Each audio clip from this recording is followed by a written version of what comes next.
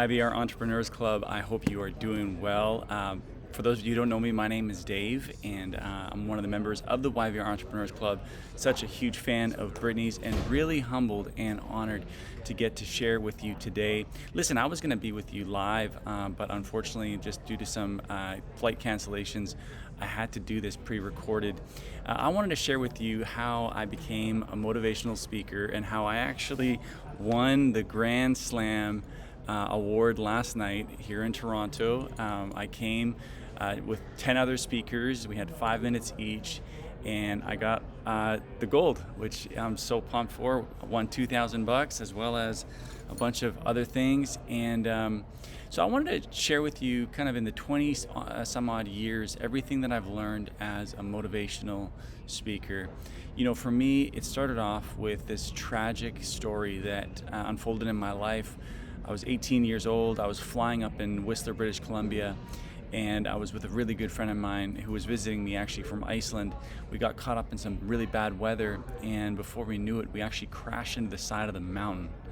And my friend who was visiting me, his name was Gudene, he died instantly, and my leg was snapped in half. I was stuck in the forest for 6 hours. Can you believe that? And I was just praying to God, and I knew that if I was to get out, this would be a second chance at life. And when search and rescue did come, he was wearing a bright orange suit. His name was Brian, and he told me, "You're going to be okay." I knew in that moment that my life would be forever different. And my recovery took a long time. I was in a wheelchair, crutches, and it took someone believing in me for me to recognize that I had a story. There was this guy named Mike Keenan, who was a principal of Pitt Meadows Secondary School, and he looked at me and he said, "Dave, I think you've got quite the story. You should share this in schools, and you should be on the stage. Your story deserves to be on the stage." And it just took one person believing in me that I began to pursue that. And one of the ways that I started right away, and I want you to think about this, is I began to think about, who do I know in my circle of influence that has a stage? Well, church. I attended some churches, and there's platforms and practice, and then I realized something. Well, what about my old high school? And you know what I did is I emailed my own old high school teacher, who I kind of knew, and I said, "Hey, listen, I was just in this tragic event, and I'd love to share it at the school." And you'd never believe me. They gave me the microphone in front of 1,500 students. My very first speaking engagement was to the whole school of Glen Eagle. It was baptism by fire. And that started what would be a career in speaking. And I've gone all around the world. I've done thousands of speaking engagements to groups that are really big. I've shared some really big stages. I spoke at the Ontario Student Leadership Conference, which is the largest youth stage in Canada. I've done TED Talks. And then as of last night, I won the Grand Slam, the speaking competition. And so today is not about me, it's about you. It's about equipping you to be the best speaker imaginable, to be able to take your story and to bring it to the stage. And it's not about becoming somebody else. It's about becoming your authentic self in front of as many people as possible. And it's not about being an echo, it's about being a voice. An echo simply regurgitates that which it hears. A voice is something original. And I believe that behind every single one of you is a voice. And so I wrote a book called Story to Stage, and in that book I really break down the journey of becoming a motivational speaker into 4 parts. It's craft, connect, converse, or should I say craft, converse, connect, and convert. We got to craft our message. We got to make a connection with our audience. We need to build a conversation of trust with that audience. And lastly, we got to convert that into an impact and an income. And so that's what I want to do today. I just want to break those 4 pillars down into crafting your message, connecting to your audience, creating a conversation of trust, because no one's going to hand you a microphone until they trust you, and ultimately converting that into an impact and an income. Hey, so let's begin by taking a look at craft. What does it mean to craft your message? Every single one of us has a story. Every single one of us has had something happen in our lives that we've been able to get through. Now, I want you to think about the person you were 2 years ago. What were some of the things that you were struggling through? What were some of the problems you were trying to solve? You see, that's the person that you ought to be speaking to. And that's the person you ought to be crafting your message to. Crafting your message, I think, begins by taking a look at your own story. Hidden within your story is your message. Hidden within your mess is a message. But behind your weakness is actually many times your strength. Now, what I mean by that is this, is when we begin crafting our message, the pain points of your life, many times hidden within them, are the jewels of the stories. Because people will appreciate your strengths, but they'll actually resonate with your weaknesses or with your vulnerabilities. I want you to write that down.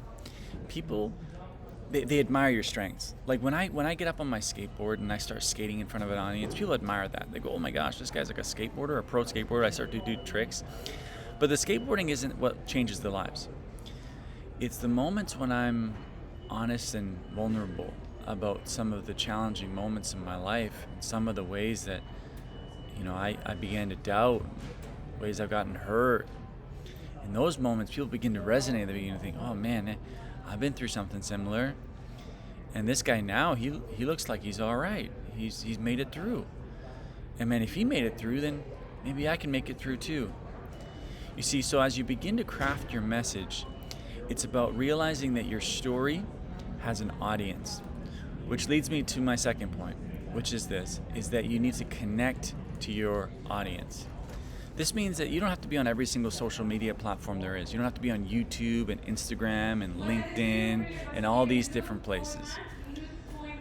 In the airport here. But you need to be on the social media platform that your audience is on. So if your audience is on Instagram, you got to be on Instagram. If your audience is on YouTube, you got to be on YouTube. If you're in business and all your audience is on LinkedIn, you got to be on LinkedIn. And this is where you build a connection to your audience. You begin to build that relationship of trust. You see, a conversation of trust isn't just had over the phone, although it's a great place to have it. It's building that conversation with your audience on social media. And Brittany's done such a fantastic job about how to build a brand, how to build a personal brand. Because as you do that, you're actually building trust with the person who's going to book you. And so as you connect to your audience, it's also important that you actually speak the language of your audience. Now, for me, in order to get a speaking engagement, there's sometimes where I get just low-hanging fruit. That is to say, someone just reaches out to me and they're like, hey, we're looking for a speaker. Here's our budget. We're willing to pay you. That's low-hanging fruit. But some engagements, I'm hunting for that. It's fruit way on top of the tree. And by doing that, I'm going to the school and I'm dropping off my one sheet. A one sheet with my name, my keynote, what I talk about, some testimonials, and I'm going there in person. I'm dropping it off, and I'm having a conversation with that principal or with that event organizer, and I'm having a moment. And in that moment, here's what I want to do: is I want to give them a glimpse into the experience of my keynote. You see, my keynote is about 45 minutes to 50 minutes, and it's an emotional roller coaster.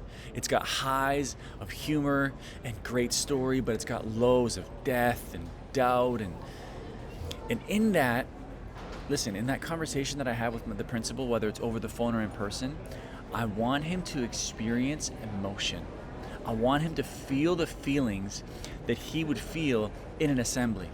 You know why? Because in that moment, it's like a commercial. In that moment, he's going to say, oh my gosh, that was awesome. I want to bring that, and I want my students to experience it. And so when you're building that connection with the event organizer, you want to speak their language. You want to even look at their mottos, like the sticky statements on their website. And I've done this and it's worked really well. I just do a simple research on their expressions, or you can even ask ChatGPT and go, hey Chat, I'm wanting to speak at Glen Eagle Secondary School. What are some of their values and what are some of their statements? So when I get on the phone, I'm speaking the language of the principal. I'm speaking the language of the event organizer. That's a great way to connect with them. Man, if I can talk real quick about how to connect to your audience when you're actually speaking. You know how to do that? There's a few ways. I'm going to give you some tricks of the trade. Number one is eye contact. Eye contact means I impact. Think about it. Anytime you have something really important to say to somebody, you're not looking down, you're not looking at your notes, you're looking them straight in the eyes. You might even grab them by the shoulders and say, man, I got something really important to tell you. Well, friends, when you're speaking in front of an audience, it's no different. But the mistake that most of us make is we'll do the sprinkler. We'll kind of look this way, look around, and then come back this way, and then we'll come around. Instead of focusing in, looking at one person, and looking at them more than 5 seconds. I know to you it feels awkward. It may feel even a little weird. But when you lock in with that one person for 5 seconds, you know what that does subconsciously? It tells that person and the 12 people around them that what you're saying is incredibly important. Because when you have something really important to say to anybody, you look them in the eyes and you hold that eye contact for a while and you keep your composure. And what that conveys to them is, man, what you're saying is really important. And so when you speak, slow your pacing down. Allow for your voice to have ups and downs. Allow that voice to dance, like Brittany says, that every word is pronounced. Every word has an enunciation. And you're looking them in the eyes. And you're taking your time, and you're taking presence on the stage. You're opening up your hands. You're showing them your palms, because when you show them your palms, it means that you're safe. If you have your hands behind your back, that's telling your audience that you got something to hide. And the number one thing that you want to do with your audience is you want to build a connection. And so if you showing your hands means you're building a connection, then that's a good thing. If you standing there and smiling builds a connection with that audience, then you want to smile as much as possible. In fact, the very first 7 seconds of your speech, your audience is actually deciding whether they're going to listen to you or not. And so you better make sure that those 7 seconds, you're standing up tall, you're standing up straight, you're smiling, you're making eye contact. And by doing that, you're building trust with your audience even before you speak. You see, for me, I take this to the nth degree. What I mean by that is before I grab a microphone, you know what I like to do? Because I'm a professional skateboarder. Is I'll stand there in front of the audience, I'll be smiling, I'll be even engaging with the students. If it's a high school, I'm there high-fiving students. If it's a business engagement, I'm there shaking hands. I'm making those personal connections before. And that's really important because during your speech, if you make personal connections with people before the engagement, then you can reference them. You can be like, hey, Bill, remember how we were just talking about this? Or, hey, Susan, and you just make those personal connections. It makes it so that you have that connection with the audience. It makes you like their friend. It makes you feel like somebody who's like one of them. And so make sure to build that personal connection beforehand if you're able to. And for me, I take that skateboard. And you know why I'm skateboarding? Not because I'm showing off. I don't care about showing off. I'm doing it because I'm trying to create an ah moment. You see, Sam Dema, who's one of the best speakers in Canada, he says that within the first few minutes of your speech, you want to create an ah moment. Something that's awesome, something that makes people wonder, something that makes people put their head sideways and go, I've never heard of that before, or, oh, did you see that? You see, ah moments are sometimes, they can be hard to manufacture, but if you're in your element, I believe that you can do that. And so number one, it's crafting your message. It's telling your story. It's using your enunciation. Then it's connecting with your audience and doing that in a way that resonates with them. Then it's creating that conversation of trust. Trust is the currency of any relationship. If you don't have trust, you're not going to build anything. And so in reality, it's building that trust with, firstly, your event host. And so the way in which you do that, what I believe is on first touch, it's social media and website. If you don't have a website for your speaking or for your coaching, I really encourage you to do that, because a website is really your front door. It gives people a flavor of who you are. And if you don't have a website, people are going to have a really hard time booking you because it just doesn't seem very official. And a website isn't that expensive. It can just be a landing page that just scrolls down with as much information about you and maybe a couple videos. This is why filming is also really important. And this is why Brittany's always saying, create content, create content.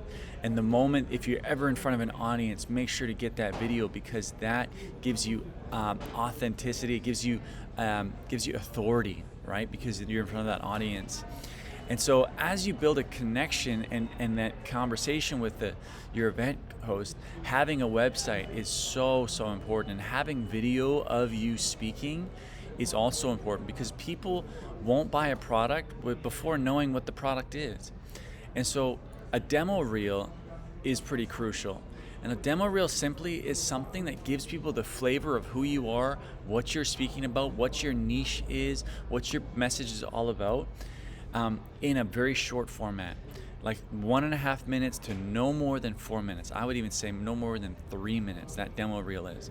And what that demo reel is intended to do is also to create that emotion, right? It's to give people a trailer of your talk. And so if you're able to do that through humor, if you're able to create emotion through story, that demo reel is so important. And getting those testimonials, especially early on, anytime you speak, it's getting those testimonials. I would even be willing to speak for free initially, just by saying, hey, listen, if I do a good job, would you give me a testimonial? Would you give me a video testimonial? That's worth your time, honestly, because when people see that you've done a good job and other people are saying, man, you got to bring this person in because they did so good, you know what that does is it builds trust. And people will not book you unless they trust you. And so that trust component is absolutely huge. And so lastly, how do you convert all of that into an income and an impact? Well, the way in which you do that is ultimately by creating value. When you create a perceived value, you are able to charge. You see, once you've done those few free gigs and you see people's lives being impacted, and you have testimonials of people saying, man, I had Dave come in and he changed the culture of my school. Man, I had this person come in and I've never seen my students so engaged. The moment you do that, you have created value, and value is valued in money. And so you can begin to charge for your speeches. And man, I remember the very first time I ever charged for my speech, I charged $500. That was like 18 years ago. And what I've been able to do now is I'm able to charge thousands of dollars for my speeches. In fact, the most I've ever gotten paid was $5,500 for one morning at a conference. And so speaking can be a very, very good way to make money. It's also a really great way to build authority, because the moment you're on a stage, you create that authority. And so it begins by crafting your message, realizing what you're good at, making those connecting points with your audience, building that personal brand, really appearing on social media like you are the voice for that niche. Then it's building that trust through conversation, through an email list, building that connection with the event host. And then it's creating that perceived value that makes it so a person's willing to book you and pay you for your speaking. And so, guys, that's really what I wanted to share today. And I wanted to encourage you that every single one of you guys has a story. Every single one of you has something to deposit. And I would make myself available even to coach you, to help you land a TED Talk. I know that when I landed my TED Talk, that absolutely radically changed my business. It changed my perceived authority online.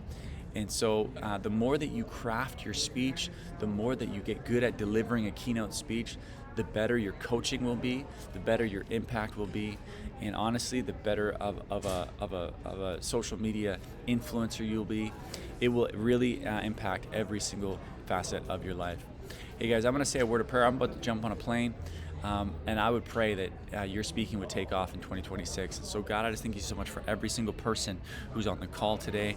Lord, I pray that every single one of us would be just encouraged in this season to give our keynote talks. Lord, would you help us craft our message, connect with the right audience, create conversations that build trust, and ultimately convert all of this into an impact and an income in our communities. In your name I pray. Amen. Guys, thanks so much. I hope you have a wonderful, wonderful evening. Take care.